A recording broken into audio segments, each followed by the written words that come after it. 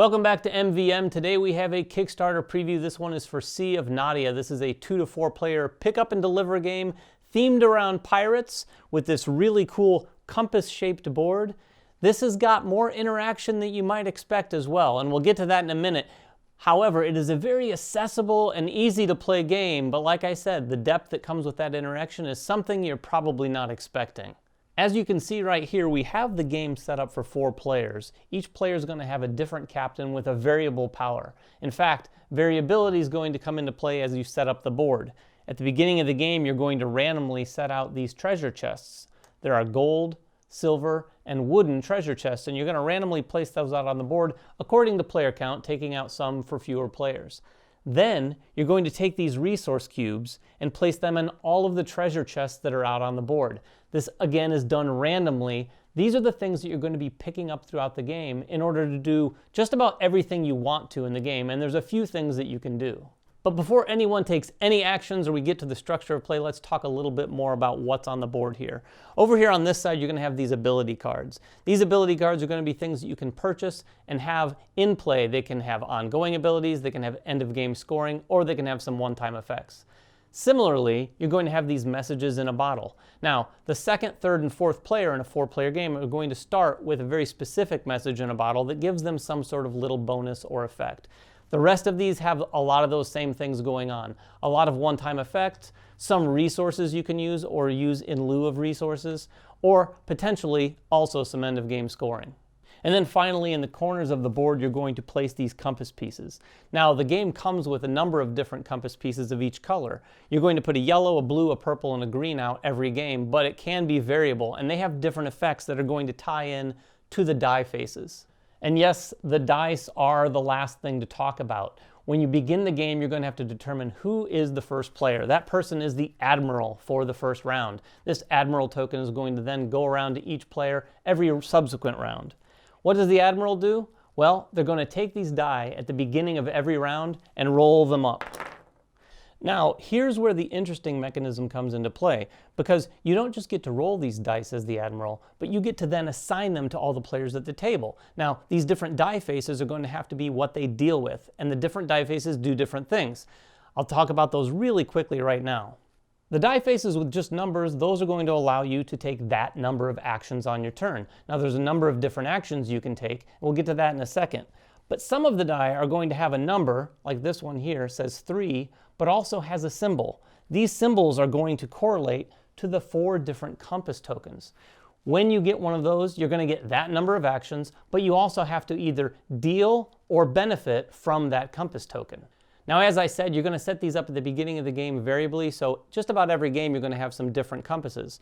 But for right now, the blue one we have for the captain's wheel is going to give you +2 actions if you have 2 or more ability cards. Now, you can only have 3, but if you're lucky enough to have 2 ability cards, you're going to be able to take +2 actions every round. These are some of the cool things that these compasses can do. Now, if down here you take a look at this purple one, the purple one's going to have a bit of an nasty ability. For example, this one says broken cargo. This means that if you get this symbol on your die, you're going to have to spend 2 actions to collect cargo instead of just 1.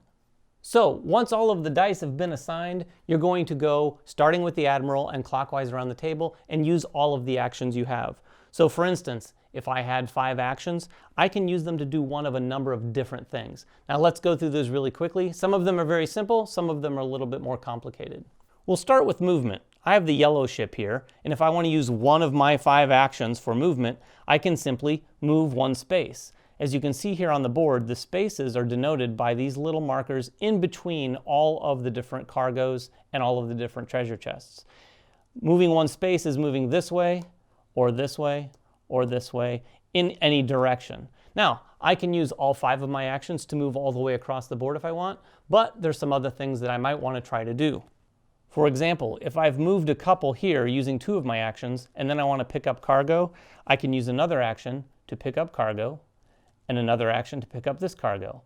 Now, it's important to note that ships can only hold 4 cargo, so as you're moving around the board collecting cargo, there's going to be times where you have to also drop it off, and that is the next action. If you find yourself needing to pick up a blue but you don't have space, you could drop off one of these greens as one of the actions that you take. Now, When you drop these off, this is an interesting thing about how this game works and one of the more interactive elements. Because we've played some pick up and deliver games in our time, and this one has a very subtle yet nasty element of take that. Because as you drop these off, you might be stacking them on cargo that you think other players are on the board that are trying to collect. Now, it's important to note that when you have 3 cargo on one of these treasure chests, you can't stack any more on top of it. But if someone needs the red one down here at the bottom, they're going to have to burn some actions to pick up that cargo, pick up this cargo, and then get the red cargo that they were looking for. Keeping in mind, they might fill up to 4 cargo and have to then also dump that off on another island in order to pick up that red. Now comes the reason why you're picking all this cargo up. Let's say we did pick up this green and this red successfully, and we're right next to this wooden treasure chest. Well, it just so happens that a green and a red allows you to open an adjacent wooden treasure chest. When you do that, you're going to take that chest off the board, look at it privately, then you have to distribute or redistribute the cargo that you used to open it. Now, wooden treasure chests are going to take a green and a red. Silver are going to take a green and 2 purples, and a gold treasure chest is going to take yellow, white, a blue, and a red. But regardless of the chest that you open, you're going to take the resources or cargo that you used to open it and redistribute those out onto islands onto the board. You can't do this on the islands right next to you. So right now I'm in this yellow space. I can't dump it off here or here, but I can redistribute anywhere else, keeping in mind that I have to obey those rules where there can be no more than 3 cargo on any chest, and I might want to take into consideration how I can block some of the cargo for other players. Now, what's so great about these treasure chests? Well, there's things in the treasure chests, of course, namely treasure. Some of these chests are going to have coins ranging from 1 to 3 and maybe 4 depending on the color of the chest. And keep in mind the wooden chests hold less than the golden chests, obviously. They're also going to have rats, or a combination of rats and gold. The rats really serve little purpose in the game. However, there are some cards that would allow you to score points at the end of the game for rats, so you might want to keep those. Keeping in mind that when you collect these treasure chests, you're looking at them yourself and keeping them private, so no one ever really knows how many gold coins that you have. So what else can you do with the cargo? Well, you can get some of those ability cards like I talked about at the beginning of the preview. Now, you don't have to be in any specific location to do this, but on your turn you can use just one action to acquire one of these ability cards over on the side of the table. There's only going to be 3 face up at any given time, and their costs of the cargo needed to take them are up in the upper left-hand corner of each card. These range from end-of-game scoring cards to ongoing abilities to just some one-time effects. For example, here's an end-of-game scoring card that would allow me to score an extra 2 coins if I have more gold chests at the end of the game than anyone else. Here's a Sabotage Card. This is a one-time effect, but I can use this if I have it in my possession to steal cargo from an adjacent ship on the board. And some of the ongoing effects create a situation where you can treat some cargo as wild only for you, and some other very, very powerful effects. And keep in mind, whatever you spent to acquire the ability card needs to get redistributed, so I could put it right there, blocking this white cargo from the blue ship, if that's what he was looking for. And speaking of ability cards, there is one more action you can take as a standard action on your turn. You can spend 1 point to refresh the ability cards, washing these 3 cards and replacing them with 3 off the top of the deck. Now, once one player has taken their turn, every player around the table is going to do the same thing, spending their actions and also dealing with the potential compass icon that they had to deal with. Some of those things, like I said, are going to have a negative impact on their turn. Some of them might have a positive impact. It all depends on what the Admiral rolls. After that's all done, the Admiral token goes to the next player, and you're going to continue doing this round after round until one thing has happened.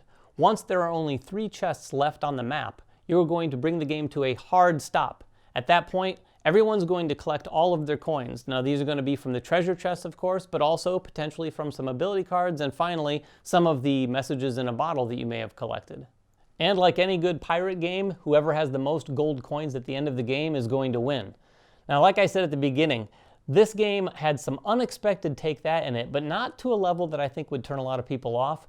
I'm not usually a big fan of take that, but this game definitely has some strategy and some layers in how you stack these cargo back onto the map, basically disrupting what someone else might be trying to do, particularly in a 2-player game. In a 4-player game, things are going to be a little bit more chaotic, and there's going to be certainly a bigger struggle to collect all this cargo. So that is Sea of Nadia from Maclay's Games. It's a 2 to 4 player pick up and deliver game themed around pirates. It has a surprising amount of interaction, more than I certainly expected. If you have any questions or comments, please make them below and make sure to check out their Kickstarter. Thanks for watching, and we'll catch you next time. Congratulations, you got to the end of one of our videos. Now, if you want more practice, just click on the video over here. It's another video. You might not have seen it yet, so click on it. If you don't want to do that, at least click on the subscription button below. That always helps us. And if you want notifications, please ring that bell.